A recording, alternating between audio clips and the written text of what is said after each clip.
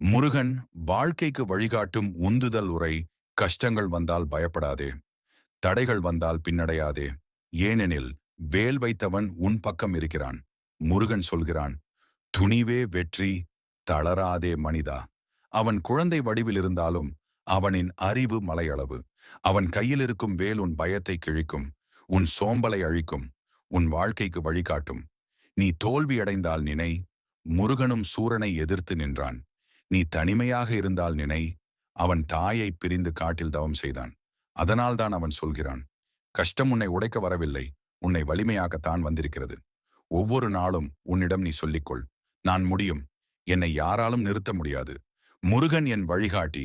வேல் போல நேராக இரு, மயில் போல அழகாக வாழ், முருகன் போல துணிவுடன் முன்னேறு.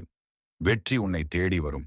ஏனெனில் முருகா, முருகா என்றால் தோல்விக்கு இடமே இல்லை.